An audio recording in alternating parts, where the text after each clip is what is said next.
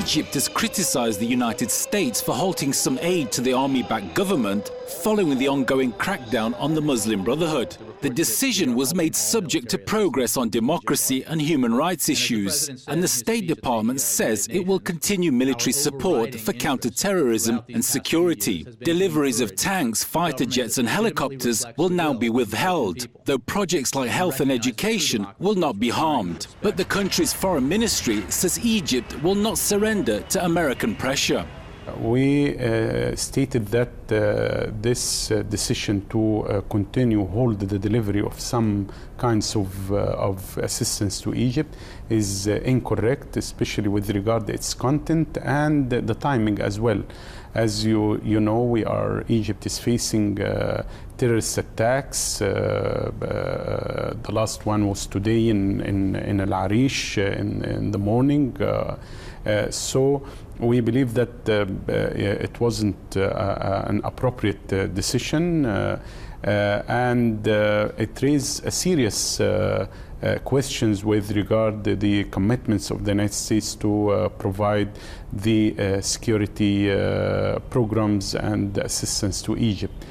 Despite U.S. Secretary of State John Kerry saying America is not severing its ties with Egypt through the cuts, there are those in Egypt and, crucially, in neighboring Israel that believe the cuts could be counterproductive.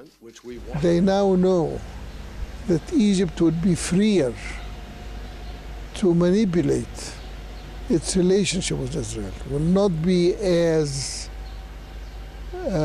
dutiful in observing the terms of the Egyptian-Israeli peace treaty as they have been for the last 40 years. This is absolutely a counterproductive decision or resolution that may produce the opposite outcome than the U.S. government or the U.S. administration expects, just the opposite.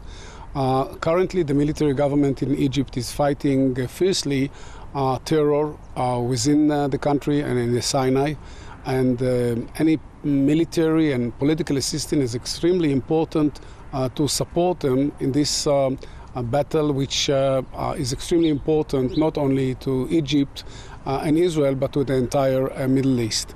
Cutting the military assistance from the United States to Egypt doesn't touch Israel, and it's not of Israel business. But at the same time, what we care for is a strong government in Egypt that may block any terror from the Sinai, and that should continue even the cold peace, but still a peace between Israel and Egypt. This is our major concern.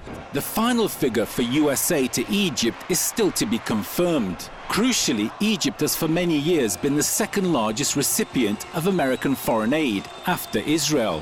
The question now is whether the cuts will have any effect on their relationship. In the meantime, the political crisis in Egypt continues. The trial of deposed President Mohamed Morsi and 14 other members of the Muslim Brotherhood is set for the 4th of November and relates to clashes outside the presidential palace last December.